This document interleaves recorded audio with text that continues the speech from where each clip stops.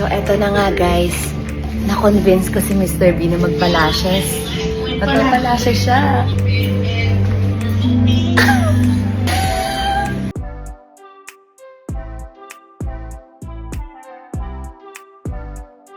Tumaba na ako! Parang hindi naman. Bakit masakit yung panty mo? Gusto mo bumili ng bagong panty? Mamaya, bibili I ako. got you. Bagong panty? Bibili ka? Thank you so much mga my loves. Ginawa niyo daw number 1 si Mr. B kagabi. At super happy siya kasi nadagdagan siya ng show. I got 2 new shows, guys. I'll be in Winnipeg and working on Toronto. Yay! I think marami pa tayong I got yung mangyayari habang... I got you. I think marami pang I got you na mangyayari habang paalis siya dahil may nadagdag siya ng show. Ay, ito yung Hong Kong natin. Thank you so much everybody! So hindi namin sure kung... Hindi natin alam kung ano pong magaganap sa Hong Kong guys. So ipunin lang po natin if itatry namin madala. Meron din akong super BFF dyan na taga Hong Kong, pwede nating maiwan or baka ma-meet namin kayo guys. We love you! So a day in a life with Mr. B. Tingin mo?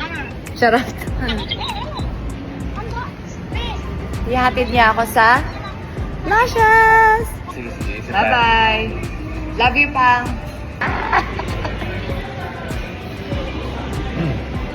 Thank you so much to my Azúcar de Papa sa Starbucks, diba? Thank you so much. Everybody, this is my Azúcar de Papa. Sabi niya, ano ibig sabihin ng Azúcar de Papa? Sabi niya, that's so sweet of me daw. Kasi ano daw siya, ibig sabihin, it means daw, Sweet. sweet daddy. Sweet daddy daw ni Katie. Yep. Hindi niya alam sugar daddy. Kaya pala asukal. Azúcar de Papa. Asukal de Papa. Oo, nababasa ko lang kasi yun. Azúcar de Papa. Thank you so much. Azúcar de Papa. So, eto na nga guys. Na-convince ko si Mr. B na magpa-lashes. Magpa-lashes siya.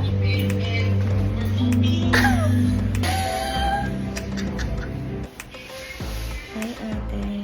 Ito na pinagmatan niya. Oo, laban.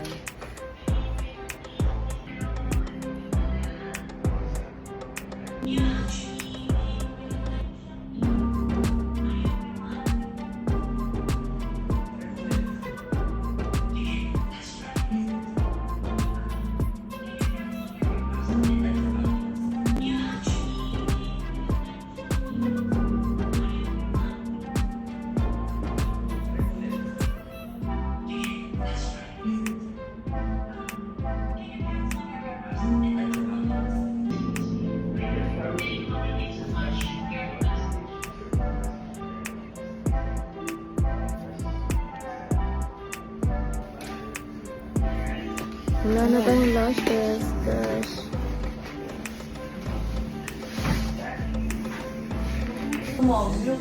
Hi, Kiki. Hi, love you. Can you fly kiss? Fly kiss. Look at me naman. Thanks, Mr. B.